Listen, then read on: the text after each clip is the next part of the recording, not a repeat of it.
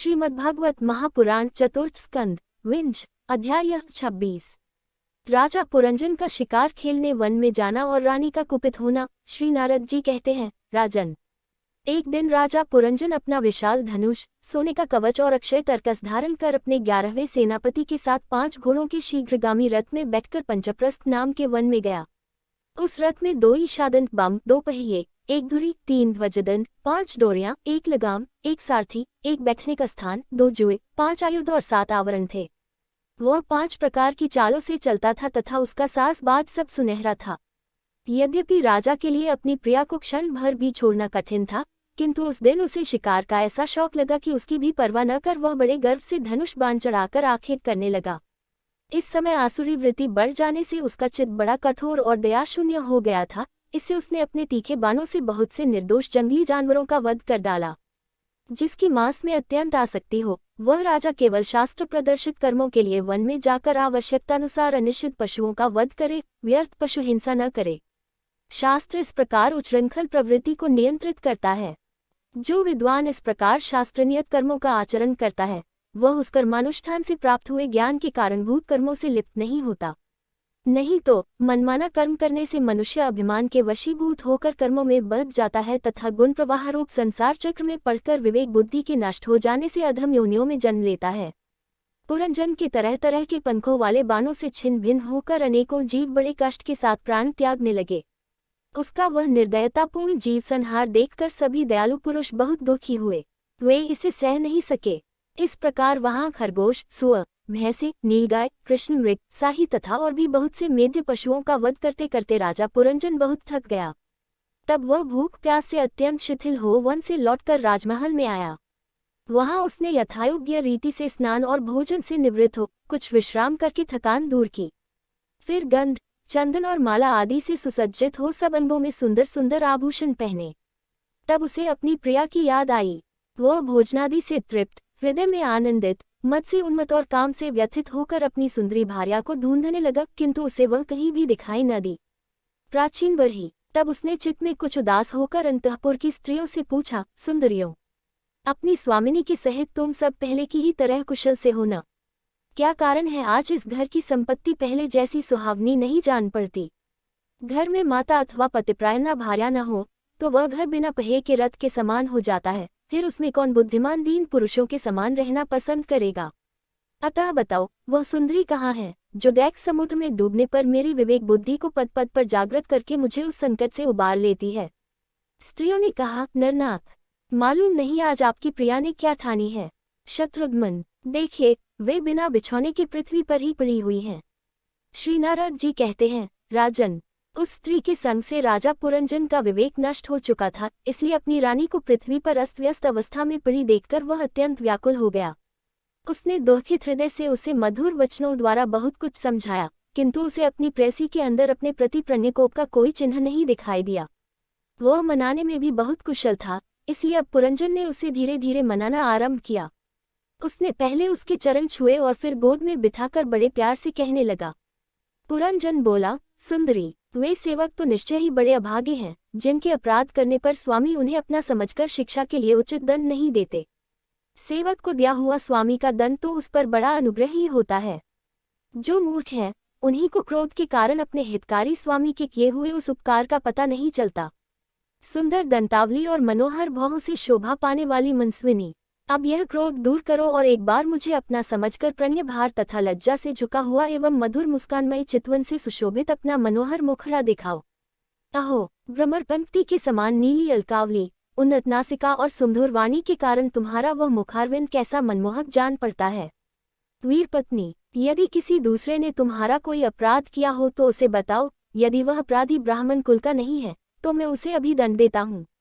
मुझे तो भगवान के भक्तों को छोड़कर त्रिलोकी में अथवा उससे बाहर ऐसा कोई नहीं दिखाई देता जो तुम्हारा अपराध करके निर्भय और आनंदपूर्वक रह सके।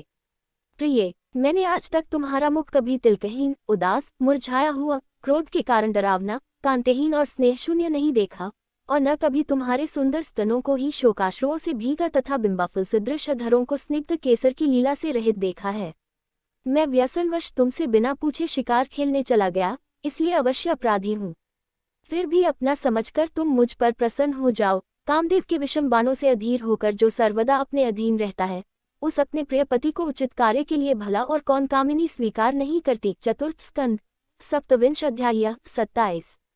पुरंजनपुरी पर चंद्वेग की चढ़ाई तथा कालकन्या का चरित्र। श्री नारद जी कहते हैं, महाराज, इस प्रकार वह सुंदरी अनेकों नखरों से पुरंजन को पूरी तरह अपने वश में कर उसे आनंदित करती हुई विहार करने लगी। उसने अच्छी तरह स्नान कर अनेक प्रकार के मांगलिक श्रृंगार किए तथा भोजनादि से तृप्त होकर वह राजा के पास आई। राजा ने उस मनोहर मुख वाली राजमहिषी का सादर अभिनंदन किया। पुरंजनी ने राजा का आलिंगन किया और राजा ने उसे गले लगाया। फिर एकांत में मन के अनुकूल रहस्य की बातें करते हुए वह ऐसा मोहित हो गया कि उस कामिनी में ही चित्त लगा रहने के कारण उसे दिन रात के भेद से निरंतर बीतते हुए काल की दुस्तर गति का भी कुछ पता न चला। मद से छका हुआ मनस्वी पुरंजन अपनी प्रिया की भुजा पर सिर रखे महामूल्य शैया पर पड़ा रहता। उसे तो वह रमणी ही जीवन का परम फल जान पड़ती थी। अज्ञान से आवृत हो जाने के कारण उसे आत्मा अथवा परमात्मा का कोई ज्ञान न रहा। इस प्रकार कामातुर चित्त से उसके साथ विहार करते करते राजा पुरंजन की जवानी आधे क्षण के समान बीत गई। प्रजाप्ते, उस पुरंजनी से राजा पुरंजन के 1100 पुत्र और 110 कन्याएं हुई, जो सभी माता पिता का सुयश बढ़ाने वाली और सुशीलता, उदारता आदि गुणों से संपन्न थीं। ये पौरंजनी नाम से विख्यात हुई। इतने में भी उस सम्राट की लंबी आयु का आधा भाग निकल गया। फिर पांचाल राज पुरंजन ने पितृवंश की वृद्धि करने वाले पुत्रों का वधुओं के साथ और कन्याओं का उनके योग्य वरों के साथ विवाह कर दिया। पुत्रों में से प्रत्येक के 100-100 पुत्र हुए। उनसे वृद्धि को प्राप्त होकर पुरंजन का वंश सारे पांचाल देश में फैल गया। इन पुत्र, पौत्र, गृह, कोष, सेवक और मंत्री आदि में दृढ़ ममता हो जाने से वह इन विषयों में ही बंधा गया। फिर तुम्हारी तरह उसने भी अनेक प्रकार के भोगों की कामना से यज्ञ की दीक्षा ले तरह तरह के पशु हिंसा में घोर यज्ञों से देवता, पितर और भूपतियों की आराधना की। इस प्रकार वह जीवन भर आत्मा का कल्याण करने वाले कर्मों की ओर से असावधान और कुटुंब पालन में व्यस्त रहा। अंत में वृद्धावस्था का वह समय आ पहुंचा जो स्त्रीलिंग पुरुषों को बड़ा अप्रिय होता है। चंद्वेग नाम का एक गंधर्वराज है। उसके अधीन 360 महाबलवान गंधर्व रहते हैं। इनके साथ मिथुन भाव से स्थित कृष्ण और शुक्ल वर्ण की उतनी ही गंधार्वियां भी हैं। ये बारी बारी से चक्कर लगाकर भोग विलास की सामग्रियों से भरी पूरी नगरी को लूटती रहती हैं। गंधर्वराज चंद्वेग के उन अनुचरों ने जब राजा पुरंजन का नगर लूटना आरंभ किया, तब उन्हें 5 वन के सर्प प्रजागर ने रोका। यह पुरंजनपुरी की चौकसी करने वाला महाबलवान सर्प 100 वर्ष तक अकेला ही उन 720 गंधर्वियों से युद्ध करता रहा। बहुत से वीरों के साथ अकेले ही युद्ध करने के कारण अपने एकमात्र संबंधी प्रजागर को बलहीन हुआ देख राजा पुरंजन को अपने राष्ट्र और नगर में रहने वाले अन्य बांधवों के सहित बड़ी चिंता हुई। वह इतने दिनों तक पांचाल देश के उस नगर में अपने दूतों द्वारा लाए हुए कर को लेकर विषय भोगों में मस्त रहता था। स्त्री के वशीभूत रहने के कारण इस अवश्यंभावी भय का उसे पता ही न चला। इन्हीं दिनों काल की एक कन्या वर की खोज में त्रिलोकी में भटकती रही, फिर भी उसे किसी ने स्वीकार नहीं किया। वह कालकन्या जरा बड़ी भाग्यहीना थी, इसलिए लोग उसे दुर्भगा कहते थे। एक बार राजर्षि पुरु ने पिता को अपना यौवन देने के लिए अपनी ही इच्छा से उसे वर लिया था। इससे प्रसन्न होकर उसने उन्हें राज्य प्राप्ति का वर दिया था। एक दिन मैं ब्रह्मलोक से पृथ्वी पर आया तो वह घूमती घूमती मुझे भी मिल गई। तब मुझे नैष्ठिक ब्रह्मचारी जानकर भी कामातुरा होने के कारण उसने वरना चाहा। मैंने उसकी प्रार्थना स्वीकार नहीं की। इस पर उसने अत्यंत कुपित होकर मुझे यह दोहरा शाप दिया कि तुमने मेरी प्रार्थना स्वीकार नहीं की, अतः तुम एक स्थान पर अधिक देर न ठहर सकोगे। तब मेरी ओर से निराश होकर उस कन्या ने मेरी सम्मति से यवनराज भय के पास जाकर उसका पतिरूप से वरण किया और कहा, वीरवर, आप यवनों में श्रेष्ठ हैं। मैं आपसे प्रेम करती हूँ और पति बनाना चाहती हूँ। आपके प्रति किया हुआ जीवों का संकल्प कभी विफल नहीं होता। जो मनुष्य लोक अथवा शास्त्र की दृष्टि से देने योग्य वस्तु का दान नहीं करता और जो शास्त्र दृष्टि से अधिकारी होकर भी ऐसा दान नहीं लेता, वे दोनों ही दुराग्रही और मूढ़ हैं, अतः शोचनीय हैं। भद्र, इस समय मैं आपकी सेवा में उपस्थित हुई हूँ, आप मुझे स्वीकार करके अनुग्रहित कीजिए। पुरुष का सबसे बड़ा धर्म दीनों पर दया करना ही है। कालकन्या की बात सुनकर यवनराज ने विधाता का एक गुप्त कार्य कराने की इच्छा से मुस्कुराते हुए उससे कहा, मैंने योग दृष्टि से देखकर तेरे लिए एक पति निश्चय किया है। तू सबका अनिष्ट करने वाली है, इसलिए किसी को भी अच्छी नहीं लगती और इसी से लोग तुझे स्वीकार नहीं करते। अतः इस कर्मजनित लोक को तू अलक्षित होकर बलात् भोग। तू मेरी सेना लेकर जा, इसकी सहायता से तू सारी प्रजा का नाश करने में समर्थ होगी, कोई भी तेरा सामना न कर सकेगा।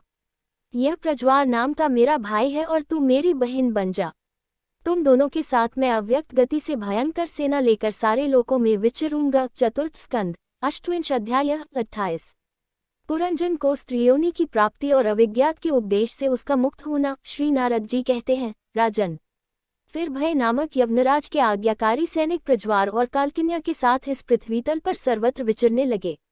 एक बार उन्होंने बड़े वेग से बूढ़े सांप से सुरक्षित और संसार की सब प्रकार की सुख सामग्री से संपन्न पुरंजनपुरी को घेर लिया।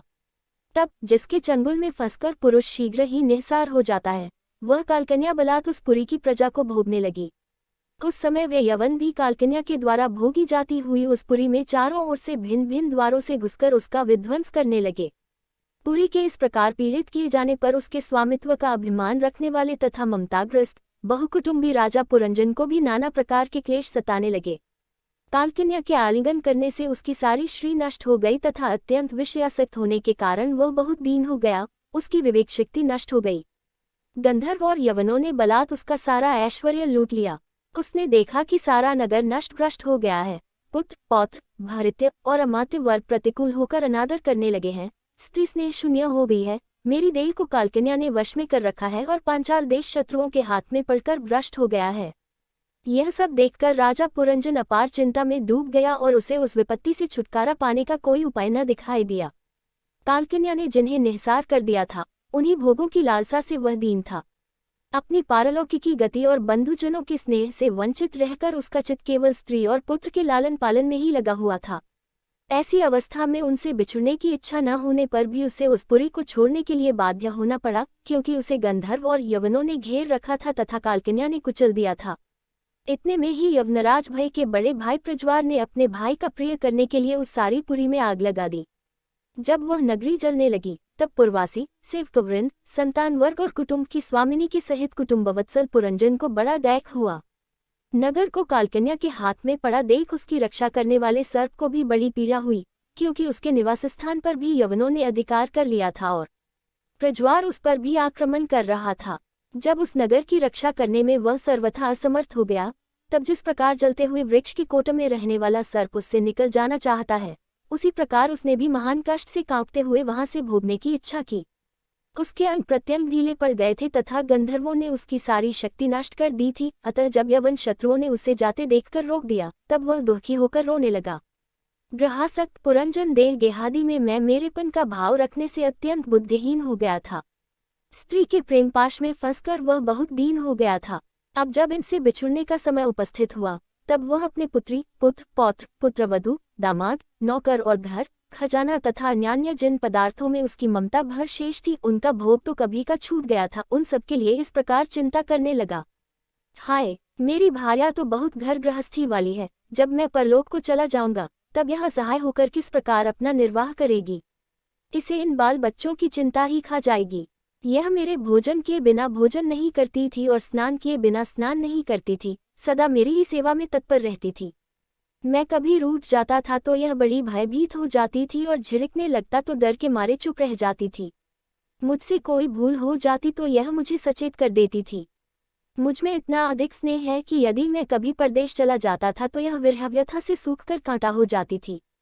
यूं तो यह वीरमाता है, तो भी मेरे पीछे क्या यह गृहस्थाश्रम का व्यवहार चला सकेगी। मेरे चले जाने पर एकमात्र मेरे ही सहारे रहने वाले ये पुत्र और पुत्री भी कैसे जीवन धारण करेंगे। ये तो बीच समुद्र में नाव टूट जाने से व्याकुल हुए यात्रियों के समान बिलबिलाने लगेंगे।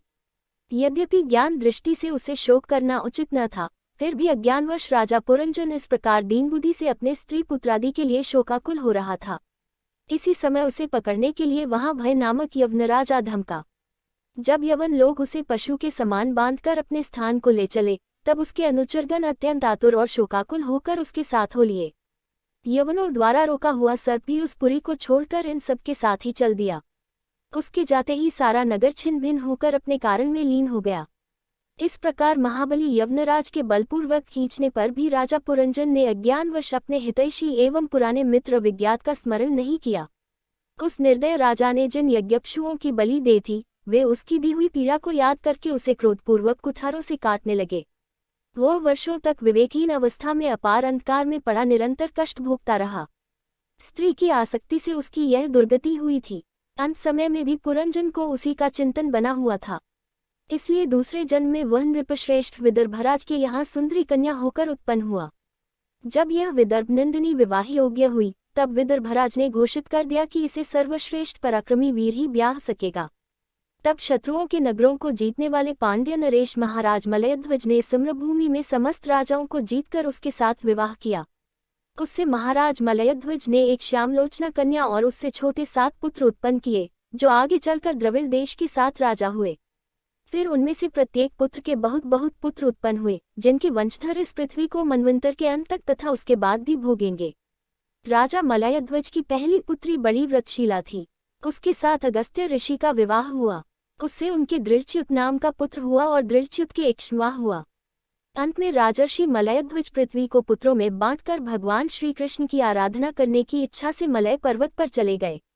उस समय चंद्रिका जिस प्रकार चंद्रदेव का अनुसरण करती है, उसी प्रकार मत्तलोचना वैदर्भी ने अपने घर, पुत्र और समस्त भोगों को तिलांजलि दे पांड्य नरेश का अनुगमन किया।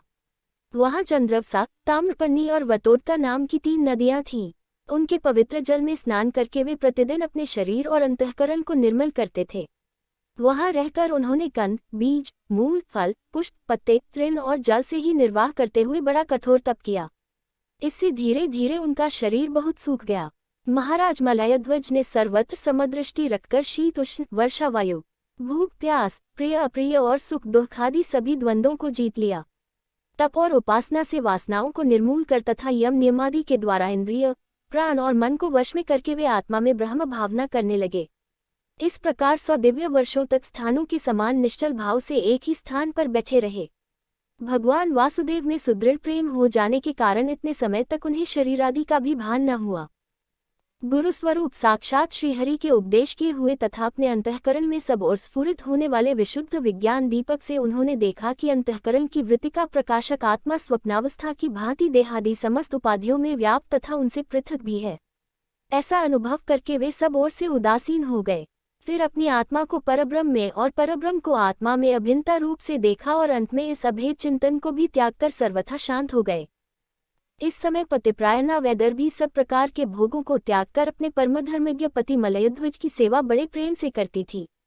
वह चीर वस्त्र धारण किए रहती। व्रत उपवास आदि के कारण उसका शरीर अत्यंत कृश हो गया था और सिर के बाल आपस में उलझ जाने के कारण उनमें लंटे पड़ गई थी। उस समय अपने पतिदेव के पास वह अंगार भाव को प्राप्त धूम्रहित अग्नि के समीप अग्नि की शांत शिखा के समान सुशोभित हो रही थी। उसके पति परलोकवासी हो चुके थे, परंतु पूर्ववत स्थिर आसन से विराजमान थे। इस रहस्य को न जानने के कारण वह उनके पास जाकर उनकी पूर्ववत सेवा करने लगी। चरण सेवा करते समय जब उसे अपने पति के चरणों में गर्मी बिल्कुल नहीं मालूम हुई, तब तो वह झुंडी से बिछुड़ी हुई मृगी के समान चित्त में अत्यंत व्याकुल हो गई। उस बीहर वन में अपने को अकेली और दीन अवस्था में देखकर वह बड़ी शोककुल हुई और आंसुओं की धारा से स्तनों को भिगोती हुई बड़े जोर जोर से रोने लगी। वह बोली, राजर्षि, उठिए उठिए, समुद्र से घिरी हुई यह वसुंधरा लुटेरों और अधर्मी राजाओं से भयभीत हो रही है, आप इसकी रक्षा कीजिए। पति के साथ वन में गई हुई वह अबला इस प्रकार विलाप करती पति के चरणों में गिर गई और रो रोकर आंसू बहाने लगी। लकड़ियों की चिता बनाकर उसने उस पर पति का शव रखा और अग्नि जलाकर विलाप करते करते स्वयं सती होने का निश्चय किया। राजन, इसी समय उसका पुराना मित्र एक आत्मज्ञानी ब्राह्मण वहां आया। उसने उस रोती हुई अबला को मधुर वाणी से समझाते हुए कहा। ब्राह्मण ने कहा, तू कौन है, किसकी पुत्री है, और जिसके लिए तू शोक कर रही है, वही सोया हुआ पुरुष कौन है? क्या तुम मुझे नहीं जानती? मैं वही तेरा मित्र हूँ, जिसके साथ तू पहले विचरा करती थी। स्खे, क्या तुम्हें अपनी याद आती है? किसी समय मैं तुम्हारा अविज्ञात नाम का सखा था। तुम पृथ्वी के भोग भोगने के लिए निवास स्थान की खोज में मुझे छोड़कर चले गए थे। आर्य, पहले मैं और तुम एक दूसरे के मित्र एवं मानस निवासी हंस थे। हम दोनों सहस्रों वर्षों तक बिना किसी निवास स्थान के ही रहे थे, किंतु मित्र, तुम विषय भोगों की इच्छा से मुझे छोड़कर यहाँ पृथ्वी पर चले आए। यहाँ घूमते घूमते तुमने एक स्त्री का रचा हुआ स्थान देखा। उसमें 5 बगीचे, 9 दरवाजे, 1 द्वारपाल, 3 परकोटे, 6 वैश्यकुल और 5 बाजार थे। वह 5 उपादान कारणों से बना हुआ था और उसकी स्वामिनी एक स्त्री थी। महाराज, इंद्रियों के 5 विषय उसके बगीचे थे, 9 इंद्रिय छिद्र द्वार थे, तेज, जल और अन्न 3 परकोटे थे, मन और 5 ज्ञानेंद्रियां 6 वैश्यकुल थे, क्रियाशक्ति रूप कर्मेंद्रियां ही बाजार थी, 5 भूत ही उसके कभी क्षीण न होने वाले उपादान कारण थे और बुद्धि शक्ति ही उसकी स्वामिनी थी। यह ऐसा नगर था जिसमें प्रवेश करने पर पुरुष ज्ञान शून्य हो जाता है, अपने स्वरूप को भूल जाता है। भाई, उस नगर में उसकी स्वामिनी के फंदे में पड़कर उसके साथ विहार करते करते तुम भी अपने स्वरूप को भूल गए और उसी के संग से तुम्हारी यह दुर्दशा हुई है। देखो, तुम न तो विदर्भराज की पुत्री ही हो और न यह वीर मलयध्वज तुम्हारा पति ही। जिसने तुम्हें 9 द्वारों के नगर में बंद किया था, उस पुरंजनी के पति भी तुम नहीं हो। तुम पहले जन्म में अपने को पुरुष समझते थे और अब सती स्त्री मानते हो। यह सब मेरी ही फैलाई हुई माया है। वास्तव में तुम न पुरुष हो न स्त्री, हम दोनों तो हंस हैं। हमारा जो वास्तविक स्वरूप है उसका अनुभव करो मित्र। जो मैं ईश्वर हूँ वही तुम जीव हो। तुम मुझसे भिन्न नहीं हो और तुम विचारपूर्वक देखो, मैं भी वही हूँ जो तुम हो। ज्ञानी पुरुष हम दोनों में कभी थोड़ा सा भी अंतर नहीं देखते। जैसे एक पुरुष अपने शरीर की परछाई को शीशे में और किसी व्यक्ति के नेत्र में भिन्न भिन्न रूप से देखता है, वैसे ही एक ही आत्मा विद्या और अविद्या की उपाधि के भेद से अपने को ईश्वर और जीव के रूप में 2 प्रकार से देख रहा है। इस प्रकार जब हंस ईश्वर ने उसे सावधान किया, तब वह मानसरोवर का हंस जीव अपने स्वरूप में स्थित हो गया और उसे अपने मित्र के विछोह से भूला हुआ आत्मज्ञान फिर प्राप्त हो गया। प्राचीन वर्ही, मैंने तुम्हें परोक्ष रूप से यह आत्मज्ञान का दिग्दर्शन कराया है, क्योंकि जगतकर्ता जगदीश्वर को परोक्ष वर्णन ही अधिक प्रिय है। चतुर्थ स्कंद 39 अध्याय 29। पुरंजन उपाख्यान का तात्पर्य। राजा प्राचीन वर्ही ने कहा, भगवान, मेरी समझ में आपके वचनों का अभिप्राय पूरा नहीं आ रहा है। विवेकी पुरुष ही इनका तात्पर्य समझ सकते हैं, हम कर्म मोहित जीव नहीं। श्री नारद जी ने कहा, राजन, पुरंजन नगर का निर्माता जीव है, जो अपने लिए 1, 2, 3, 4 अथवा बहुत पैरों वाला या बिना पैरों का शरीर रूप पुर तैयार कर लेता है। उस जीव का सखा जो अविज्ञात नाम से कहा गया है, वही ईश्वर है, क्योंकि किसी भी प्रकार के नाम, गुण अथवा कर्मों से जीवों को उसका पता नहीं चलता। जीव ने जब सुख दुख रूप सभी प्राकृत विषयों को भोगने की इच्छा की, तब उसने दूसरे शरीरों की अपेक्षा 9 द्वार, 2 हाथ और 2 पैरों वाला मानव देह ही पसंद किया। बुद्धि अथवा अविद्या को ही तुम पुरंजनी नाम की स्त्री जानो। इसी के कारण देह और इंद्रिय आदि में मैं मेरेपन का भाव उत्पन्न होता है और पुरुष इसी का आश्रय लेकर शरीर में इंद्रियों द्वारा विषयों को भोगता है। 10 इंद्रियां ही उसके मित्र हैं, जिनसे कि सब प्रकार के ज्ञान और कर्म होते हैं। इंद्रियों की वृत्तियां ही उसकी सखियां और प्राण अपान व्यान उदान समान रूप 5 वृत्तियों वाला प्राण वायु ही नगर की रक्षा करने वाला 5 फन का सर्प है। दोनों प्रकार की इंद्रियों के नायक मन को ही 11वां महाबली योद्धा जानना चाहिए। शब्दादि 5 विषय ही पांचाल देश हैं, जिसके बीच में वह 9 द्वारों वाला नगर बसा हुआ है। उस नगर में जो एक एक स्थान पर 2 द्वार बताए गए थे, वे 2 नेत्र गोलक, 2 नासा छिद्र और 2 कर्ण छिद्र हैं। इनके 7 मुख, लिंग और गुदा, ये 3 और मिलाकर कुल 9 द्वार हैं। इन्हीं में होकर वह जीव इंद्रियों के साथ बाह्य विषयों में जाता है। इसमें 2 नेत्र गोलक, 2 नासा छिद्र और 1 मुख, ये 5 पूर्व के द्वार हैं। दाहिने कान को दक्षिण का और बाएं कान को उत्तर का द्वार समझना चाहिए। गुदा और लिंग, ये नीचे के 2 छिद्र पश्चिम के द्वार हैं। खायता और आविर्मुखी नाम के जो 2 द्वार एक स्थान पर बतलाए थे, वे नेत्र गोलक हैं तथा रूप विभ्राजित नाम का देश है, जिसका इन द्वारों से जीव चक्षु इंद्रिय की सहायता से अनुभव करता है। दोनों नासा छिद्र ही नलिनी और नालिनी नाम के द्वार हैं और नासिका का विषय गंध ही सौरभ देश है तथा घ्राणेन्द्रिय अवधूत नाम का मित्र है। मुख मुख्य नाम का द्वार है, उसमें रहने वाला वागिंद्रिय विपिन है और रसनेन्द्रिय रसविद रसज्ञ नाम का मित्र है। वाणी का व्यापार आपन है और तरह तरह का अन्न बहुदिन है तथा दाहिना कान पितृहु और बायां कान देवहु कहा गया है। कर्म कांडरूप प्रवृत्ति मार्ग का शास्त्र और उपासना कांडरूप निवृत्ति मार्ग का शास्त्र ही क्रमशः दक्षिण और उत्तर पांचाल देश हैं। इन्हें श्रवणेन्द्रिय रूप श्रुतधर की सहायता से सुनकर जीव क्रमशः पितृयान और देवयान मार्गों में जाता है। लिंग ही आसुरी नाम का पश्चिमी द्वार है, स्त्री प्रसंग ग्रामक नाम का देश है और लिंग में रहने वाला उपस्थेन्द्रिय दुर्मद नाम का मित्र है। गुदा निर्रीति नाम का पश्चिमी द्वार है, नरक वैशस नाम का देश है और गुदा में स्थित पायु इंद्रिय लुब्धक नाम का मित्र है। इनके सिवा 2 पुरुष अंधे बताए गए थे, उनका रहस्य भी सुनो। वे हाथ और पांव हैं, इन्हीं की सहायता से जीव क्रमशः सब काम करता और जहां तहां जाता है। हृदय अंतःपुर है, उसमें रहने वाला मन ही विशुचि नाम का प्रधान सेवक है। जीव उस मन के सत्वादि गुणों के कारण ही प्रसन्नता, हर्षरूप विकार अथवा मोह को प्राप्त होता है। बुद्धि राजमहेशी पुरंजनी जिस प्रकार स्वप्नावस्था में विकार को प्राप्त होती है और जागृत अवस्था में इंद्रियादि को विकृत करती है, उसके गुणों से लिप्त होकर आत्मा जीव भी उसी रूप में उसकी वृत्तियों का अनुकरण करने को बाध्य होता है, यद्यपि वस्तुतः वह उनका निर्विकार साक्षी मात्र ही है। शरीर ही रथ है, उसमें ज्ञानेंद्रिय रूप 5 घोड़े जुते हुए हैं। देखने में संवत्सर रूप काल के समान ही उसका अप्रतिहत वेग है, वास्तव में वह गतिहीन है। पुण्य और पाप ये 2 प्रकार के कर्म ही उसके पहिए हैं। 3 गंधध्वजा हैं, 5 प्राण डोरियां हैं।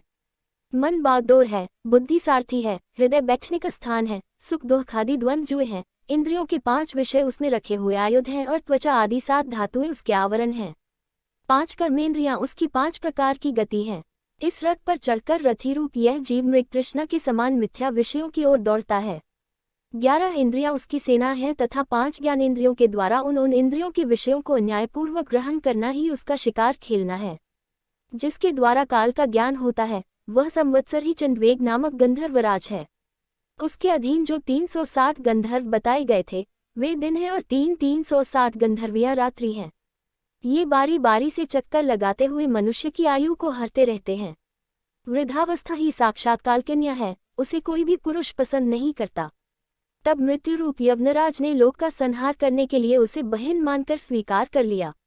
आदि मानसिक क्लेश और व्याधि रोग आदि शारीरिक कष्ट ही इस यवनराज के पैदल चलने वाले सैनिक हैं तथा प्राणियों को पीड़ा पहुंचाकर शीघ्र ही मृत्यु के मुख में ले जाने वाला शीत और उष्ण 2 प्रकार का ज्वर ही प्रज्वार नाम का उसका भाई है।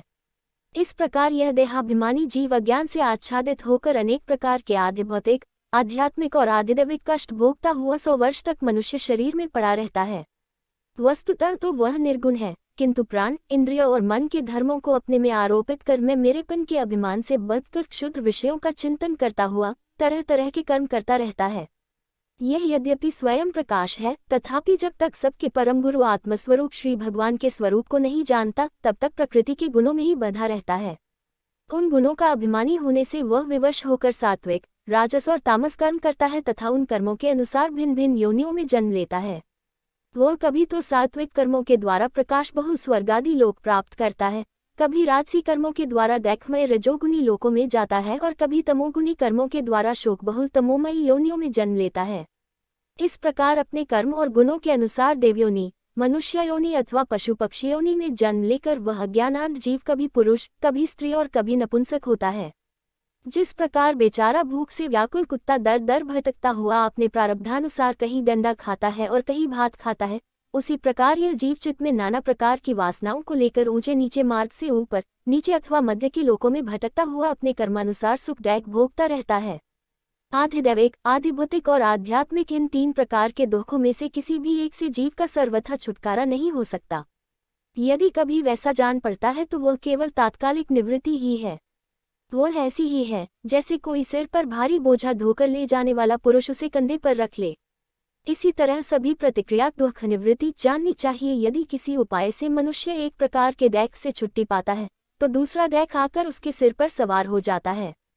शुद्धहृदय नरेंद्र, जिस प्रकार स्वप्न में होने वाला स्वप्नांतर उस स्वप्न से सर्वथा छूटने का उपाय नहीं है, उसी प्रकार कर्मफल भोग से सर्वथा छूटने का उपाय केवल कर्म नहीं हो सकता, क्योंकि कर्म और कर्मफल भोग दोनों ही अविद्यायुक्त होते हैं। जिस प्रकार स्वप्नावस्था में अपने मनों में लिंग शरीर से विचरने वाले प्राणी को स्वप्न के पदार्थ न होने पर भी भासते हैं, उसी प्रकार ये दृश्य पदार्थ वस्तुतः न होने पर भी जब तक अज्ञान निद्रा नहीं टूटती बने ही रहते हैं और जीव को जन्म मरण रूप संसार से मुक्ति नहीं मिलती। अतः इनकी आत्यंतिक निवृत्ति का उपाय एकमात्र आत्मज्ञान ही है। राजन, जिस अविद्या के कारण परमार्थ रूप आत्मा को यह जन्म मरण रूप अनर्थ परंपरा प्राप्त हुई है, उसकी निवृत्ति गुरुस्वरूप श्रीहरि में सुदृढ़ भक्ति होने पर हो सकती है। भगवान वासुदेव ने एकाग्रतापूर्वक सम्यक प्रकार से किया हुआ भक्तिभाव ज्ञान और वैराग्य का आविर्भाव कर देता है। राजर्षि, यह भक्तिभाव भगवान की कथाओं के आश्रित रहता है, इसलिए जो श्रद्धापूर्वक उन्हें प्रतिदिन सुनता या पढ़ता है उसे बहुत शीघ्र इसकी प्राप्ति हो जाती है। जहाँ भागवत गुणों को कहने और सुनने में तत्पर विशुद्धचित भक्तजन रहते हैं, उस साधु समाज में सब और महापुरुषों के मुख से निकले हुए श्री मधुसूदन भगवान के चरित्र शुद्ध अमृत की अनेकों नदियां बहती रहती हैं। जो लोग अतृप्त चित्त से श्रवण में तत्पर अपने कर्णकुहरों द्वारा उस अमृत का छक्कर पान करते हैं, उन्हें भूख प्यास भय शोक और मोह आदि कुछ भी बाधा नहीं पहुंचा सकते। हाय, स्वभावतः प्राप्त होने वाले इन क्षुधा पिपसादी विघ्नों से सदा घिरा हुआ जीव समुदाय श्रीहरि की कथामृत सिंधु से प्रेम नहीं करता। साक्षात प्रजापतियों के पति ब्रह्मा जी, भगवान शंकर, स्वयंभू मनु, दक्षादि प्रजापतिगण, संकादि नैष्ठिक ब्रह्मचारी, मरीचि, अत्रि, अंगिरा, पुलस्त्य, पुलह, क्रतु, भरेगु, वशिष्ठ और मैं, ये जितने ब्रह्मवादी मुनिगण हैं, समस्त वन में एक अधिपति होने पर भी तप, उपासना और समाधि के द्वारा ढूंढ ढूंढ कर हार गए, फिर भी उस सर्वसाक्षी परमेश्वर को आज तक न देख सके। वेद भी अत्यंत विस्तृत हैं, उसका पार पाना हंसी खेल नहीं है। अनेकों महानुभाव उसकी आलोचना करके मंत्रों में बताए हुए वज्रहस्तत्वादि गुणों से युक्त इंद्रादि देवताओं के रूप में भिन्न भिन्न कर्मों के द्वारा यद्यपि उस परमात्मा का ही यजन करते हैं, तथापि उसके स्वरूप को वे भी नहीं जानते। हृदय में बार बार चिंतन किए जाने पर भगवान जिस समय जीव पर कृपा करते हैं, उसी समय वह लौकिक व्यवहार एवं वैदिक कर्म मार्ग की बद्धमूल आस्था से छुट्टी पा जाता है। तुम इन कर्मों में परमार्थ बुद्धि मत करो, ये सुनने में ही प्रिय जान पड़ते हैं, परमार्थ का तो स्पर्श भी नहीं करते। ये जो परमार्थवत दीख पड़ते हैं, इसमें केवल अज्ञान ही कारण है। जो मलिनमती कर्मवादी लोग वेद को कर्मपरक बताते हैं, वे वास्तव में उसका मन नहीं जानते। इसका कारण यही है कि वे अपने स्वरूपभूत लोक आत्म तत्व को नहीं जानते, जहाँ साक्षात श्री जनार्दन भगवान विराजमान हैं। पूर्व की ओर अग्रभाग वाले कुशाओं से संपूर्ण भूमंडल को आच्छादित करके अनेकों पशुओं का वध करने से तुम बड़े कर्माभिमानी और उद्धत हो गए हो, किंतु वास्तव में तुम्हें कर्म या उपासना किसी के भी रहस्य का पता नहीं है। वास्तव में कर्म तो वही है जिससे श्रीहरि को प्रसन्न किया जा सके, और विद्या भी वही है जिससे भगवान में चित्त लगे। श्रीहरि संपूर्ण देहधारियों में आत्मा, नियामक और स्वतंत्र कारण है, अतः उनके चरण तल ही मनुष्यों के एकमात्र आश्रय हैं और उन्हीं से संसार में सबका कल्याण हो सकता है। जिससे किसी को अनुमात्र भी भय नहीं होता, वही उसका प्रियतम आत्मा है। ऐसा जो पुरुष जानता है वही ज्ञानी है, और जो ज्ञानी है वही गुरु एवं साक्षात श्रीहरि है। श्री नारद जी कहते हैं, पुरुष श्रेष्ठ, यहाँ तक जो कुछ कहा गया है उससे तुम्हारे प्रश्न का उत्तर हो गया। अब मैं एक भली भांति निश्चित किया हुआ गुप्त साधन बताता हूँ, ध्यान देकर सुनो।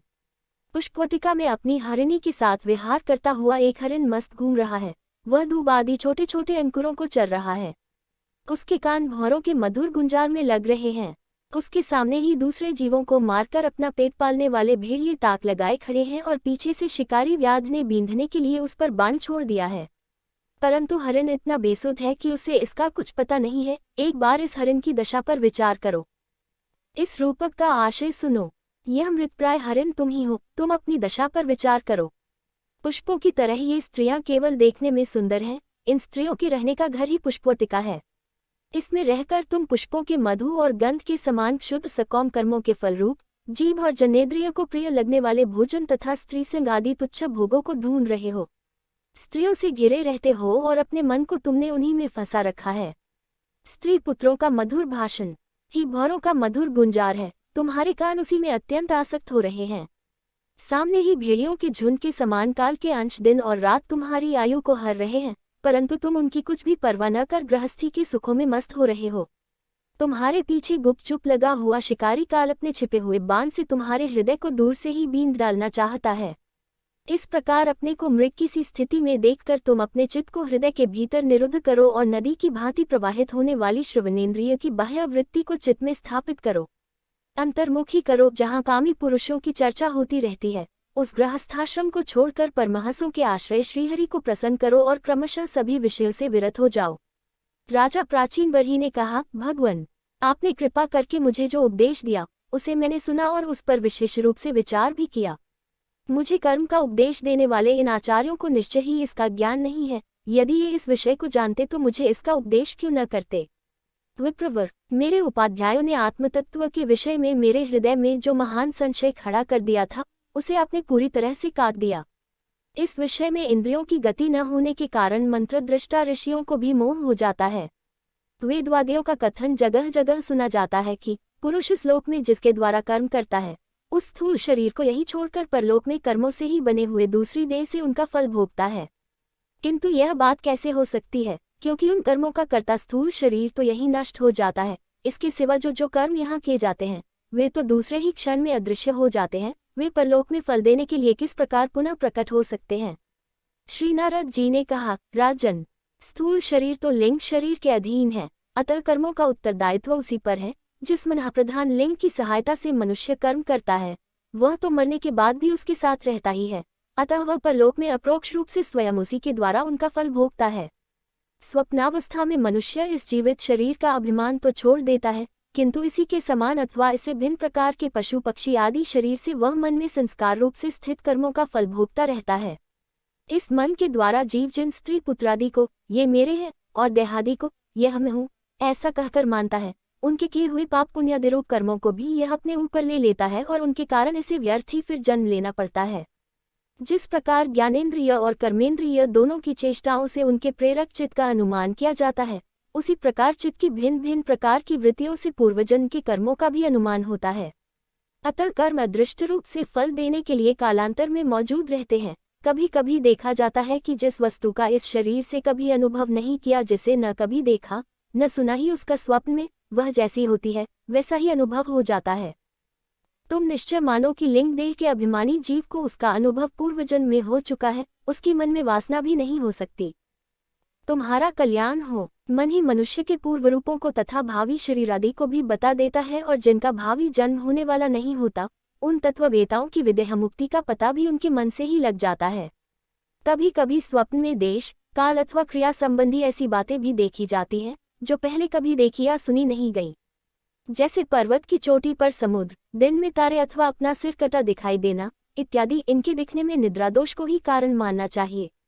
मन के सामने इंद्रियों से अनुभव होने योग्य पदार्थ ही भोग रूप में बार बार आते हैं और भोग समाप्त होने पर चले जाते हैं। ऐसा कोई पदार्थ नहीं आता जिसका इंद्रियों से अनुभव ही न हो सके। इसका कारण यही है कि सब जीव मन सहित हैं।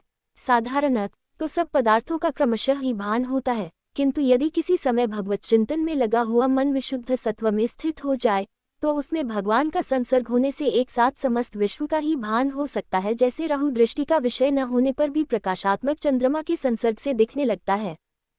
जब तक गुणों का परिणाम एवं बुद्धि, मन, इंद्रिय और शब्दादि विषयों का संघात यह अनादि लिंग देह बना हुआ है, तब तक जीव के अंदर स्थूल देह के प्रति मैं मेरा इस भाव का अभाव नहीं हो सकता। सुषुप्ति, मूर्छा, अत्यंत तथा मृत्यु और तीव्र ज्वर आदि के समय भी इंद्रियों की व्याकुलता के कारण मैं और मेरेपन की स्पष्ट प्रतीति नहीं होती, किंतु उस समय भी उनका अभिमान तो बना ही रहता है। जिस प्रकार अमावास्या की रात्रि में चंद्रमा रहते हुए भी दिखाई नहीं देता, उसी प्रकार युवावस्था में स्पष्ट प्रतीत होने वाला यह एकादश इंद्रिय विशिष्ट लिंग शरीर गर्भावस्था और बाल्यकाल में रहते हुए भी इंद्रियों का पूर्ण विकास न होने के कारण प्रतीत नहीं होता। जिस प्रकार स्वप्न में किसी वस्तु का अस्तित्व न होने पर भी जागे बिना स्वप्नजनित अनर्थ की निवृत्ति नहीं होती, उसी प्रकार सांसारिक वस्तुएं यद्यपि असत हैं तो भी अविद्यावश जीव उनका चिंतन करता रहता है, इसलिए उसका जन्म मरण रूप संसार से छुटकारा नहीं हो पाता। इस प्रकार पंचतन मात्राओं से बना हुआ तथा 16 तत्वों के रूप में विकसित यह त्रिगुणमय संघात ही लिंग शरीर है। यही चेतना शक्ति से युक्त होकर जीव कहा जाता है। इसी के द्वारा पुरुष भिन्न भिन्न देहों को ग्रहण करता और त्यागता है तथा इसी से उसे हर्ष, शोक, भय, दैख और सुख आदि का अनुभव होता है। जिस प्रकार जोंक जब तक दूसरे तृण को नहीं पकड़ लेती तब तक पहले को नहीं छोड़ती, उसी प्रकार जीव मरण काल उपस्थित होने पर भी जब तक देहारंभक कर्मों की समाप्ति होने पर दूसरा शरीर प्राप्त नहीं कर लेता तब तक पहले शरीर के अभिमान को नहीं छोड़ता। यह मनः प्रधान लिंग शरीर ही जीव के जन्मादि का कारण है। जीव जब इंद्रियजनक भोगों का चिंतन करते हुए बार बार उन्हीं के लिए कर्म करता है, तब उन कर्मों के होते रहने से अविद्यावश वह देहादि के कर्मों में बंध जाता है। अतः उस कर्मबंधन से छुटकारा पाने के लिए संपूर्ण विश्व को भगवद रूप देखते हुए सब प्रकार श्रीहरि का भजन करो। उन्हीं से इस विश्व की उत्पत्ति और स्थिति होती है तथा उन्हीं में लय होता है। श्री मैत्रेय जी कहते हैं, विदुर जी, भक्त श्रेष्ठ श्री नारद जी ने राजा प्राचीन वर्ही को जीव और ईश्वर के स्वरूप का दिग्दर्शन कराया। फिर वे उनसे विदा लेकर सिद्धलोक को चले गए। तब राजर्षि प्राचीन वर्ही ही प्रजापालन का भार अपने पुत्रों को सौंपकर तपस्या करने के लिए कपिलाश्रम को चले गए।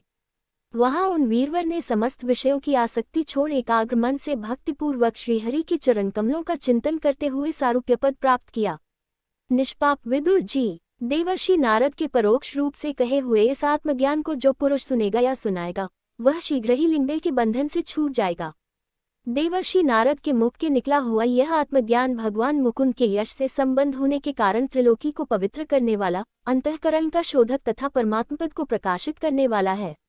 जो पुरुष इसकी कथा सुनेगा वह समस्त बंधनों से मुक्त हो जाएगा और फिर उसे इस संसार चक्र में नहीं भटकना पड़ेगा। विदुर जी, गृहस्थाश्रमी पुरंजन के रूपक से परोक्ष रूप में कहा हुआ यह अद्भुत आत्मज्ञान मैंने गुरु जी की कृपा से प्राप्त किया था। इसका तात्पर्य समझ लेने से बुद्धियुक्त जीव का देहाभिमान निवृत्त हो जाता है तथा उसका परलोक में जीव किस प्रकार कर्मों का फल भोगता है यह संशय भी मिट जाता है। चतुर्थ स्कंद त्रिंश अध्याय 30। प्रचेताओं को श्री विष्णु भगवान का वरदान। विदुर जी ने पूछा, ब्रह्मन, आपने राजा प्राचीन वर्ही के जिन पुत्रों का वर्णन किया था उन्होंने रुद्रगीत के द्वारा श्रीहरि की स्तुति करके क्या सिद्धि प्राप्त की? बारहस्पत्य, मोक्षाधिपति श्रीनारायण के अत्यंत प्रिय भगवान शंकर का अकस्मात सान्निध्य प्राप्त करके प्रचेताओं ने मुक्ति तो प्राप्त की ही होगी, इससे पहले इस लोक में अथवा परलोक में भी उन्होंने क्या पाया वह बतलाने की कृपा करें। श्री मैत्रेय जी ने कहा, विदुर जी, पिता के आज्ञाकारी प्रचेताओं ने समुद्र के अंदर खड़े रहकर रुद्रगीत के जपरूपी यज्ञ और तपस्या के द्वारा समस्त शरीरों के उत्पादक भगवान श्रीहरि को प्रसन्न कर लिया। तपस्या करते करते 10,000 वर्ष बीत जाने पर पुराण पुरुष श्रीनारायण अपनी मनोहर कांति द्वारा उनके तपस्याजनित क्लेश को शांत करते हुए सौम्य विग्रह से उनके सामने प्रकट हुए। गरुड़ जी के कंधे पर बैठे हुए श्री भगवान ऐसे जान पड़ते थे मानो सुमेरु के शिखर पर कोई श्याम घटा छाए हो। उनके श्रीअंग में मनोहर पीताम्बर और कंठ में कौस्तुभ मणि सुशोभित थी। अपनी दिव्य प्रभा से वे सब दिशाओं का अंधकार दूर कर रहे थे। चमकीले सुवर्ण आभूषणों से युक्त उनके कमनीय कपोल और मनोहर मुखमंडल की अपूर्व शोभा हो रही थी। उनके मस्तक पर झिलमिलाता हुआ मुकुट शोभायमान था। प्रभु की 8 भुजाओं में 8 आयुध थे। देवता, मुनि और पार्षदगण सेवा में उपस्थित थे तथा गरुड़ जी किन्नरों की भांति सामने पंखों की ध्वनि से कीर्तिगान कर रहे थे। उनकी 8 लंबी लंबी स्थूल भुजाओं के बीच में लक्ष्मी जी से स्पर्धा करने वाली वनमाला विराजमान थी। आदिपुरुष श्रीनारायण ने इस प्रकार पधारकर अपने शरणागत प्रचेताओं की ओर दयादृष्टि से निहारते हुए मेघ के समान गंभीर वाणी में कहा। श्री भगवान ने कहा, राजपुत्रों, तुम्हारा कल्याण हो। तुम सब में परस्पर बड़ा प्रेम है और स्नेहवश तुम एक ही धर्म का पालन कर रहे हो। तुम्हारे इस आदर्श सौहार्द से मैं बड़ा प्रसन्न हूँ। मुझसे वर मांगो। जो पुरुष सायंकाल के समय प्रतिदिन तुम्हारा स्मरण करेगा उसका अपने भाइयों में अपने ही समान प्रेम होगा तथा समस्त जीवों के प्रति मित्रता का भाव हो जाएगा। जो लोग सायंकाल और प्रातःकाल एकाग्रचित से रुद्रगीता द्वारा मेरी स्तुति करेंगे उनको मैं अभीष्ट वर और शुद्ध बुद्धि प्रदान करूंगा। तम लोगों ने बड़ी प्रसन्नता से अपने पिता की आज्ञा शिरोधार्य की है। इससे तुम्हारी कमनीय कीर्ति समस्त लोकों में फैल जाएगी। तुम्हारे एक बड़ा ही विख्यात पुत्र होगा। वह गुणों में किसी भी प्रकार ब्रह्मा जी से कम नहीं होगा तथा अपनी संतान से तीनों लोकों को पूर्ण कर देगा। राजकुमारों, कंडू ऋषि के तपोनाश के लिए इंद्र की भेजी हुई प्रमलोचा अप्सरा से एक कमलनयनी कन्या उत्पन्न हुई थी। उसे छोड़कर वह स्वर्गलोक को चली गई। तब वृक्षों ने उस कन्या को लेकर पाला पोसा। जब वह भूख से व्याकुल होकर रोने लगी तब औषधियों के राजा चंद्रमा ने दयावश उसके मुंह में अपनी अमृतवर्षिणी तर्जनी अंगुली दे दी। तुम्हारे पिता आजकल मेरी सेवा भक्ति में लगे हुए हैं। उन्होंने तुम्हें संतान उत्पन्न करने की आज्ञा दी है। अतः तुम शीघ्र ही उस देवोपम सुंदरी कन्या से विवाह कर लो। तुम सब एक ही धर्म में तत्पर हो और तुम्हारा स्वभाव भी एक सा ही है, इसलिए तुम्हारे ही समान धर्म और स्वभाव वाली वो सुंदरी कन्या तुम सभी की पत्नी होगी तथा तुम सभी में उसका समान अनुराग होगा। तुम लोग मेरी कृपा से 10 लाख दिव्य वर्षों तक पूर्ण बलवान रहकर अनेकों प्रकार के पार्थिव और दिव्य भोग भोगोगे। अंत में मेरी अविचल भक्ति से हृदय का समस्त वासनारूप मल दग्ध हो जाने पर तुम इस लोक तथा परलोक के नरकतुल्य भोगों से उपरत होकर मेरे परमधाम को जाओगे। जिन लोगों के कर्म भगवदर्पण बुद्धि से होते हैं और जिनका सारा समय मेरी कथा वार्ताओं में ही बीतता है वे गृहस्थाश्रम में रहे तो भी घर उनके बंधन का कारण नहीं होते। वे नित्य प्रति मेरी लीलाएं सुनते रहते हैं। इसलिए ब्रह्मवादी वक्ताओं के द्वारा मैं ज्ञान स्वरूप परब्रह्म उनके हृदय में नित्य नया नया सा भासता रहता हूँ और मुझे प्राप्त कर लेने पर जीवों को न मोह हो सकता है, न शोक और न हर्षी। श्री मैत्रेय जी कहते हैं, भगवान के दर्शनों से प्रचेताओं का रजोगुण तमोगुण मल नष्ट हो चुका था। जब उनसे सकल पुरुषार्थों के आश्रय और सबके परम सुहृद श्रीहरि ने इस प्रकार कहा तब वे हाथ जोड़कर गदगद वाणी से कहने लगे। प्रचेताओं ने कहा, प्रभु, आप भक्तों के क्लेश दूर करने वाले हैं, हम आपको नमस्कार करते हैं। वेद आपके उदार गुण और नामों का निरूपण करते हैं। आपके वेग मन और वाणी के वेग से भी बढ़कर है तथा आपका स्वरूप सभी इंद्रियों की गति से परे है। हम आपको बार बार नमस्कार करते हैं। आप अपने स्वरूप में स्थित रहने के कारण नित्य शुद्ध और शांत हैं। मन रूप निमित्त के कारण हमें आप में यह मिथ्या द्वैत भास रहा है। वास्तव में जगत की उत्पत्ति, स्थिति और लय के लिए आप माया के गुणों को स्वीकार करके ही ब्रह्मा, विष्णु और महादेव रूप धारण करते हैं। हम आपको नमस्कार करते हैं। आप विशुद्ध सत्व रूप हैं। आपका ज्ञान संसार बंधन को दूर कर देता है। आप ही समस्त भागवतों के प्रभु वसुदेव नंदन भगवान श्री कृष्ण हैं। आपको नमस्कार है। आपकी ही नाभि से ब्रह्मांड रूप कमल प्रकट हुआ था। आपके कंठ में कमल कुसुमों की माला सुशोभित है तथा आपके चरण कमल के समान कोमल है, कमल नयन। आपको नमस्कार है। आप कमल कुसुम की केसर के समान स्वच्छ पीताम्बर धारण किए हुए हैं। समस्त भूतों के आश्रय स्थान है तथा सबके साक्षी हैं। हम आपको नमस्कार करते हैं। आपका यह स्वरूप संपूर्ण क्लेशों की निवृत्ति करने वाला है। हम अविद्या, अस्मिता, राग द्वेषादि क्लेशों से पीड़ितों के सामने आपने इसे प्रकट किया है। इससे बढ़कर हम पर और क्या कृपा होगी। अमंगलहारी प्रभो, दीनों पर कृपा करने वाले समर्थ पुरुषों को इतनी ही कृपा करनी चाहिए कि समय समय पर उन दीनजनों को ये हमारे हैं इस प्रकार स्मरण कर लिया करें। इसी से उनके आश्रितों का चित्त शांत हो जाता है। आप तो क्षुद्र से क्षुद्र प्राणियों के भी अंतःकरणों में अंतर्यामी रूप से विराजमान रहते हैं। फिर आपके उपासक हम लोग जो जो कामनाएं करते हैं, हमारी उन कामनाओं को आप क्यों न जान लेंगे। जगदीश्वर, आप मोक्ष का मार्ग दिखाने वाले और स्वयं पुरुषार्थ स्वरूप हैं। आप हम पर प्रसन्न हैं। इससे बढ़कर हमें और क्या चाहिए। बस हमारा अभीष्ट वर तो आपकी प्रसन्नता ही है। तथापि नाथ, हम एक वर आपसे अवश्य मांगते हैं। प्रभो, आप प्रकृति आदि से परे हैं और आपकी विभूतियों का भी कोई अंत नहीं है, इसलिए आप अनंत कहे जाते हैं। यदि ब्रह्म को अनायास ही कल्पवृक्ष मिल जाए तो क्या वह किसी दूसरे वृक्ष का सेवन करेगा। तब आपकी चरण शरण में आकर अब हम क्या क्या मांगे। हम आपसे केवल यही मानते हैं कि जब तक आपकी माया से मोहित होकर हम अपने कर्मानुसार संसार में भ्रमते रहें, तब तक जन्म जन्म में हमें आपके प्रेमी भक्तों का संग प्राप्त होता रहे। हम तो भगवत भक्तों के क्षण भर के संग के सामने स्वर्ग और मोक्ष को भी कुछ नहीं समझते, फिर मानवीय भोगों की तो बात ही क्या है। भगवत भक्तों के समाज में सदा सर्वदा भगवान की मधुर मधुर कथाएं होती रहती हैं, जिनके श्रवण मात्र से किसी प्रकार का वैर विरोध या उद्वेग नहीं रहता। अच्छे अच्छे कथा प्रसंगों द्वारा निष्काम भाव से सन्यासियों के एकमात्र आश्रय साक्षात श्री नारायण देव का बार बार गुणगान होता रहता है। आपके वे भक्तजन तीर्थों को पवित्र करने के उद्देश्य से पृथ्वी पर पैदल ही विचरते रहते हैं। भला उनका समागम संसार से भयभीत हुए पुरुषों को कैसे रुचिकर न होगा। आपके प्रिय सखा भगवान शंकर के क्षण भर के समागम से ही आज हमें आपका साक्षात दर्शन प्राप्त हुआ है। आप जन्म मरण रूप दुस्साध्य रोग के श्रेष्ठतम वैद्य हैं, अतः अब हमने आपका ही आश्रय लिया है। प्रभो, हमने समाहित चित्त से जो कुछ अध्ययन किया है, निरंतर सेवा शुश्रूषा करके गुरु, ब्राह्मण और वृद्धजनों को प्रसन्न किया है तथा दोष बुद्धि त्याग कर श्रेष्ठ पुरुष, सुहृदगण, बंधुवर्ग एवं समस्त प्राणियों की वंदना की है और अन्नादि को त्याग कर दीर्घकाल तक जल में खड़े रहकर तपस्या की है। वह सब आप सर्वव्यापक पुरुषोत्तम के संतोष का कारण हो, यही वर मांगते हैं। आपकी महिमा का पार न पाकर भी स्वयंभू मनु, स्वयं ब्रह्मा जी, भगवान शंकर तथा तप और ज्ञान से शुद्धचित हुए अन्य पुरुष निरंतर आपकी स्तुति करते रहते हैं। अतः हम भी अपनी बुद्धि के अनुसार आपका यशोगान करते हैं। आप सर्वत्र समान शुद्ध स्वरूप और परम पुरुष हैं। आप सत्वमूर्ति भगवान वासुदेव को हम नमस्कार करते हैं।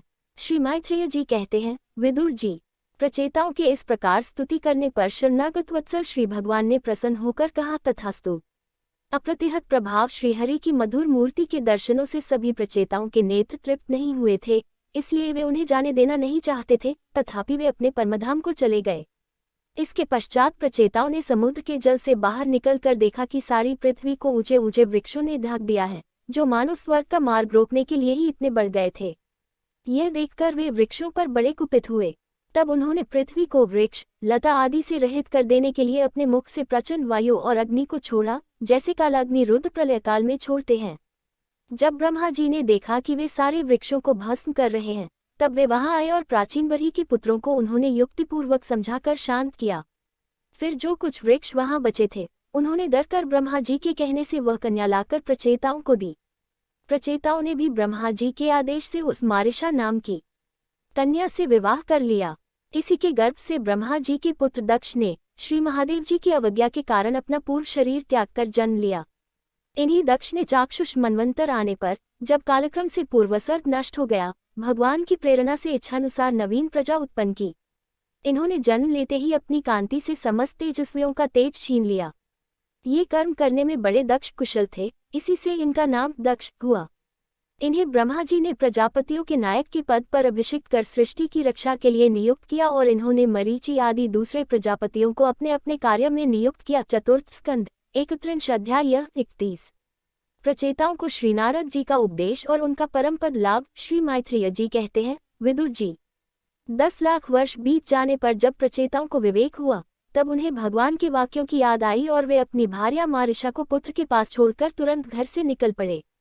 वे पश्चिम दिशा में समुद्र के तट पर जहां जाजली मुनि ने सिद्धि प्राप्त की थी जा पहुंचे और जिससे समस्त भूतों में एक ही आत्मतत्व विराजमान है, ऐसा ज्ञान होता है, उस आत्मविचार रूप ब्रह्मसत्र का संकल्प करके बैठ गए। उन्होंने प्राण, मन, वाणी और दृष्टि को वश में किया तथा शरीर को निश्चेष्ट, स्थिर और सीधा रखते हुए आसन को जीतकर चित्त को विशुद्ध परब्रह्म में लीन कर दिया। ऐसी स्थिति में उन्हें देवता और असुर दोनों के ही वंदनीय श्री नारद जी ने देखा। नारद जी को आया देख प्रचेतागण खड़े हो गए और प्रणाम करके आदर सत्कार पूर्वक देश कालानुसार उनकी विधिवत पूजा की। जब नारद जी सुखपूर्वक बैठ गए, तब वे कहने लगे। प्रचेताओं ने कहा, देवर्षि, आपका स्वागत है, आज बड़े भाग्य से हमें आपका दर्शन हुआ। सूर्य के समान आपका घूमना फिरना भी ज्ञानालोक से समस्त जीवों को अभय दान देने के लिए ही होता है। प्रभो, भगवान शंकर और श्री विष्णु भगवान ने हमें जो उपदेश दिया था, उसे गृहस्थी में आसक्त रहने के कारण हम लोग प्रायः भूल गए हैं। अतः आप हमारे हृदयों में उस परमार्थ तत्व का साक्षात्कार कराने वाले अध्यात्म ज्ञान को फिर प्रकाशित कर दीजिए, जिससे हम सुगमता से ही इस दुस्तर संसार सागर से पार हो जाएं। श्री मैत्रेय जी कहते हैं, भगवानमय श्री नारद जी का चित्त सर्वदा भगवान श्री कृष्ण में ही लगा रहता है। वे प्रचेताओं के इस प्रकार पूछने पर उनसे कहने लगे। श्री नारद जी ने कहा, राजाओं, इस लोक में मनुष्य का वही जन्म, वही कर्म, वही आयु, वही मन और वही वाणी सफल है, जिसके द्वारा सर्वात्मा सर्वेश्वर श्रीहरि का सेवन किया जाता है। जिनके द्वारा अपने स्वरूप का साक्षात्कार कराने वाले श्रीहरि को प्राप्त न किया जाए, उन माता पिता की पवित्रता से, यज्ञोपवीत संस्कार से एवं यज्ञ दीक्षा से प्राप्त होने वाले उन 3 प्रकार के श्रेष्ठ जन्मों में, वेदोक्त कर्मों से, देवताओं के समान दीर्घायु से, शास्त्र ज्ञान से, तप से, वाणी की चतुराई से, अनेक प्रकार की बातें याद रखने की शक्ति से, तीव्र बुद्धि से, बल से, इंद्रियों की पटुता से, योग से, सांख्य आत्मानात्म विवेक से, संन्यास और वेदाध्ययन से तथा व्रत वैराग्यादि अन्य कल्याण साधनों से भी पुरुष का क्या लाभ है। वास्तव में समस्त कल्याणों की अवधि आत्मा ही है और आत्मज्ञान प्रदान करने वाले श्रीहरि ही संपूर्ण प्राणियों की प्रिय आत्मा है। जिस प्रकार वृक्ष की जड़ सींचने से उसके तना, शाखा, उपशाखा आदि सभी का पोषण हो जाता है और जैसे भोजन द्वारा प्राणों को तृप्त करने से समस्त इंद्रियां पुष्ट होती हैं, उसी प्रकार श्री भगवान की पूजा ही सबकी पूजा है। जिस प्रकार वर्षाकाल में जल सूर्य के ताप से उत्पन्न होता है और ग्रीष्म ऋतु में उसी की किरणों में पुनः प्रवेश कर जाता है, तथा जैसे समस्त चराचर भूत पृथ्वी से उत्पन्न होते हैं और फिर उसी में मिल जाते हैं, उसी प्रकार चेतना चेतनात्मिक यह समस्त प्रपंच श्रीहरि से ही उत्पन्न होता है और उन्हीं में लीन हो जाता है। वस्तुतः यह विश्वात्मा श्री भगवान का वह शास्त्र प्रसिद्ध सर्वोपाधि रहित स्वरूप ही है। जैसे सूर्य की प्रभा उससे भिन्न नहीं होती, उसी प्रकार कभी कभी गंधर्व नगर के समान स्फुरित होने वाला यह जगत भगवान से भिन्न नहीं है, तथा जैसे जागृत अवस्था में इंद्रियां क्रियाशील रहती हैं किंतु सुषुप्ति में उनकी शक्तियां लीन हो जाती हैं, उसी प्रकार यह जगत सर्वकाल में भगवान से प्रकट हो जाता है और कल्पांत होने पर उन्हीं में लीन हो जाता है। स्वरूपतः तो भगवान में द्रव्य, क्रिया और ज्ञानरूपी त्रिविध अहंकार के कार्यों की तथा उनके निमित्त से होने वाले भेद भ्रम की सत्ता है ही नहीं। नृपतिगण, जैसे बादल, अंधकार और प्रकाश ये क्रमशः आकाश से प्रकट होते हैं और उसी में लीन हो जाते हैं, किंतु आकाश इनसे लिप्त नहीं होता, उसी प्रकार ये सत्व, रज और तमोमयी शक्तियां कभी परब्रह्म से उत्पन्न होती हैं और कभी उसी में लीन हो जाती हैं। इसी प्रकार इनका प्रवाह चलता रहता है, किंतु इसे आकाश के समान असंग परमात्मा में कोई विकार नहीं होता। अतः तुम ब्रह्मादि समस्त लोकपालों के भी अधीश्वर श्रीहरि अपने से अभिन्न मानते हुए भजो, क्योंकि वे ही समस्त देहधारियों के एकमात्र आत्मा हैं। वे ही जगत के निमित्त कारण काल, उपादान कारण प्रधान और नियंता पुरुषोत्तम है तथा अपनी काल शक्ति से वे ही इस गुणों के प्रवाहरूप प्रपंच का संहार कर देते हैं। वे भक्तवत्सल भगवान समस्त जीवों पर दया करने से, जो कुछ मिल जाए उसी में संतुष्ट रहने से तथा समस्त इंद्रियों को विषयों से निवृत्त करके शांत करने से शीघ्र ही प्रसन्न हो जाते हैं। पुत्रेशना आदि सब प्रकार की वासनाओं के निकल जाने से जिनका अंतःकरण शुद्ध हो गया है, उन संतों के हृदय में उनके निरंतर बढ़ते हुए चिंतन से खींचकर अविनाशी श्रीहरि आ जाते हैं और अपनी भक्ताधीनता को चरितार्थ करते हुए हृदयाकाश की भांति वहां से हटते नहीं। भगवान तो अपने को भगवान को की सर्वस्व मानने वाले निर्धन पुरुषों पर ही प्रेम करते हैं, क्योंकि वे परम रसज्ञ हैं। उन किंचनों की अनन्याश्रया अहतों की भक्ति में कितना माधुर्य होता है, इसे प्रभु अच्छी तरह जानते हैं। जो लोग अपने शास्त्र ज्ञान, धन, कुल और कर्मों के मत से उन्मत्त होकर ऐसे निष्किंचन साधुजनों का तिरस्कार करते हैं, उन दुर्बुद्धियों की पूजा तो प्रभु स्वीकार ही नहीं करते। भगवान स्वरूपानंद से ही परिपूर्ण हैं। उन्हें निरंतर अपनी सेवा में रहने वाली लक्ष्मी जी तथा उनकी इच्छा करने वाले नरपति और देवताओं की भी कोई परवाह नहीं है। इतने पर भी वे अपने भक्तों के तो अधीन ही रहते हैं। अहो, ऐसे करुणा सागर श्रीहरि को कोई भी कृतज्ञ पुरुष थोड़ी देर के लिए भी कैसे छोड़ सकता है। श्री मैत्रेय जी कहते हैं, विदुर जी, भगवान नारद ने प्रचेताओं को इस उपदेश के साथ साथ और भी बहुत सी भगवत संबंधी बातें सुनाई। इसके पश्चात वे ब्रह्मलोक को चले गए। प्रचेतागण भी उनके मुख से संपूर्ण जगत के पापरूपी मल को दूर करने वाले भगवत चरित्र सुनकर भगवान के चरण कमलों का ही चिंतन करने लगे और अंत में भगवत धाम को प्राप्त हुए। इस प्रकार आपने जो मुझसे श्री नारद जी और प्रचेताओं के भगवत कथा संबंधी संवाद के विषय में पूछा था, वह मैंने आपको सुना दिया। श्री शुकदेव जी कहते हैं, राजन, यहाँ तक स्वयंभू मनु के पुत्र उत्तानपाद के वंश का वर्णन हुआ। अब प्रियव्रत के वंश का विवरण भी सुनो। राजा प्रियव्रत ने श्री नारद जी से आत्मज्ञान का उपदेश पाकर भी राज्य भोग किया था तथा अंत में इस संपूर्ण पृथ्वी को अपने पुत्रों में बांटकर वे भगवान के परमधाम को प्राप्त हुए थे। इधर श्री मैत्रेय जी के मुख से यह भगवत गुणानुवाद युक्त पवित्र कथा सुनकर विदुर जी प्रेममग्न हो गए। भक्तिभाव का उद्रेक होने से उनके नेत्रों से पवित्र आंसुओं की धारा बहने लगी तथा उन्होंने हृदय में भगवत चरणों का स्मरण करते हुए अपना मस्तक मुनिव मैत्रेय जी के चरणों पर रख दिया। विदुर जी कहने लगे, महायोनिन, आप बड़े ही करुणामय हैं। आज आपने मुझे अज्ञानांधकार के उस पार पहुंचा दिया है, जहां अकिंचनों के सर्वस्व श्रीहरि विराजते हैं।